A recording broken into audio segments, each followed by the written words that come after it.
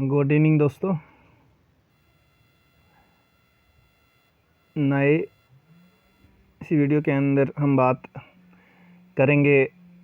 आज जम्मू कश्मीर के रिलेटेड, जिसमें मिनिस्टर ऑफ होम अफेयर्स के दोबारा अमेंडमेंट लाई गई है जम्मू कश्मीर रीऑर्गेनाइजेशन एक्ट में।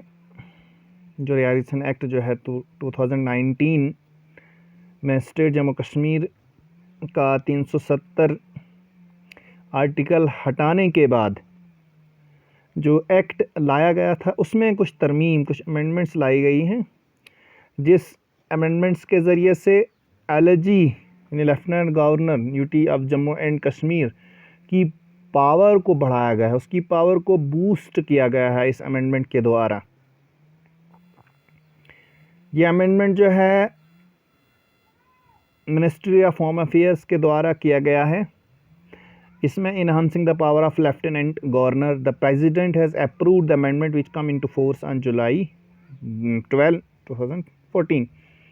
2024 ये चीज़ यहाँ पे लिखी गई है। यहाँ पे बताया गया है एक सिग्निफिकेंट मूव जो है मिनिस्ट्री ऑफ होम अफेयर्स के द्वारा जो है किया गया है, जिसमें 2019 का रीऑर्गेनाइजेशन एक्ट जम्मू कश्मीर को अमेंड किया गया है, उसमें तरमीम लाई गई है जो इन्हांस करता है लेफ्टिनेंट गवर्नर की पावर को erstwhile state of Jammu and Kashmir.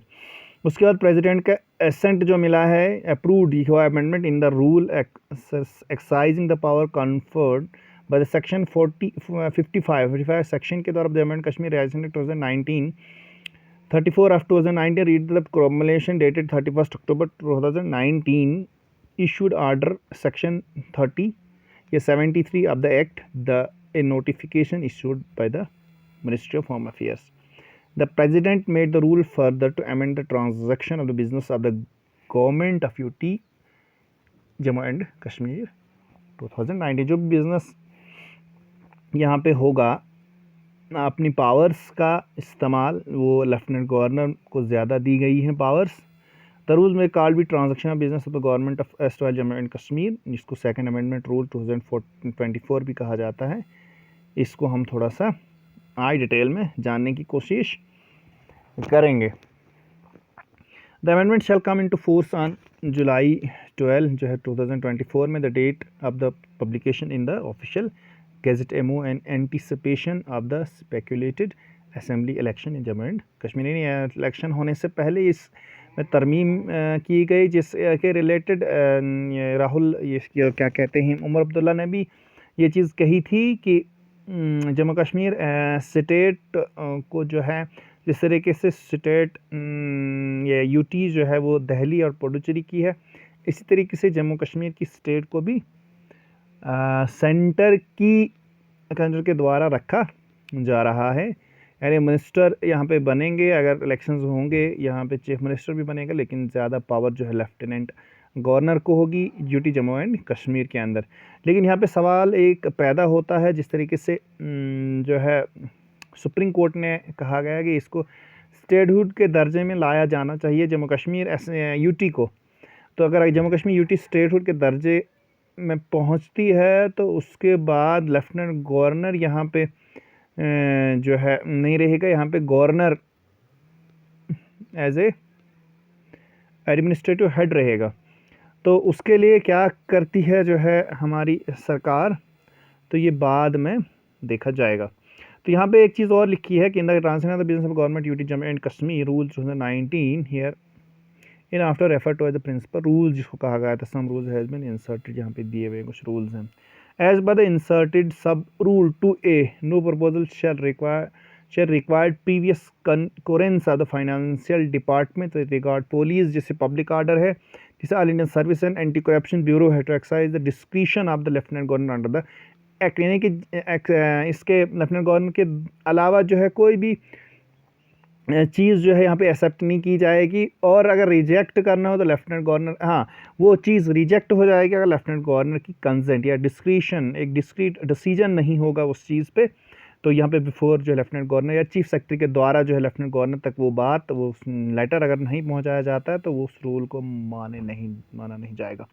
In the principal rule after Rule 42 Rule 42A has been inserted pointing Department of Law जैसे Justice है, Parliamentary Affairs है, shall submit a proposal for the appointment of Advocate General and law officer to assist the Advocate General in the court proceedings per proposal of the Lieutenant Governor through the Chief Secretary and the Chief Minister। यानी Chief Minister और Chief Secretary के द्वारा फिर से Lieutenant Governor में यहाँ इस section में भी पावर बढ़ा दी गई है कि अगर एडवोकेट जनरल के साथ जो बाकी लॉ ऑफिसर्स अगर रखने होंगे तो वो वहाँ पे भी कंसल्ट किसका होना चाहिए, लेफ्टिनेंट गवर्नर का। In the inserted rule 42B any proposal regarding grant और रिफ्यूजल ऑफ प्रोसिक्यूशन सैंक्शन और filing of an appeal shall be placed before the lieutenant governor through the chief secretary by the department of law justice and parliamentary affairs. यहाँ पे भी यही चीज़ दिखेगी कि lieutenant governor की power को बढ़ा दिया गया है। उसके बाद in the principal rules in 43 after the third provision the notification state that some provision shall be inserted focusing on matter connected with prison जैसे कैद वगैरह, director of prosecution, forensic science laboratory under which the matter shall be submitted to the lieutenant governor by administrative secretary home department through the chief secretary. यहाँ पे भी यही चीज़ देखिए, providing also that the respect of the matter connected with posting and transfer of administrative secretaries cadre post of all Indian service officers the proposal shall be submitted to the lieutenant governor by the administrative secretary general administration department through the chief secretary. यहाँ पे भी जो IAS officers हैं, जैसे administrative secretaries के cadre के IAS officer हैं या उनकी पोस्टिंग के बारे में, उसके ट्रांसफ़र्स के बारे में, ये तमाम जो हैं ये इसमें जो भागदौड़ सबसे ज़्यादा लेफ्टिनेंट गवर्नर की होगी। It is pertinent to mention that the principal rules well publish in the gazette of Indian date August. ये रूल्स जो हैं ये पहले भी जो है गैजेट जो है 2020 के अंदर जो पब्लिश हुई थी उसके अंदर ये दिखाए गए थे।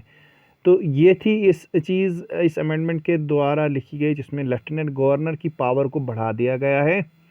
इलेक्शन होने से पहले, और ये सब चीज़ जो है होम मिनिस्टर अमित शाह के द्वारा किया गया इस अमेंडमेंट। इसमें कुछ तरमीम लाई गई है 2019 के रियारिसन एक्ट के अंदर। तो इस तरमीम से क्या होता है कि लेफ्टिनेंट गवर्नर की पावर जो है बढ़ जाती है, और यहाँ पे आम तौर पर यही है कि मिनिस्ट्री की जो पावर है, जैसे चीफ मिनिस्टर जो है, होम मिनिस्टर जम्मू कश्मीर का जब इलेक्शन होने के बाद तो उनकी पावर जो उतनी ज़्यादा नहीं रहेगी, तो आम तौर पर वो मिनिस्टर जो हैं लेफ्टिनेंट गवर्नर के द्वारा ही चलाए जाएंगे। यही चीज़ निकल के आती है इससे। तो बस इतना ही, मुझे दीजिए इजाज़त, खुदा हाफिज़।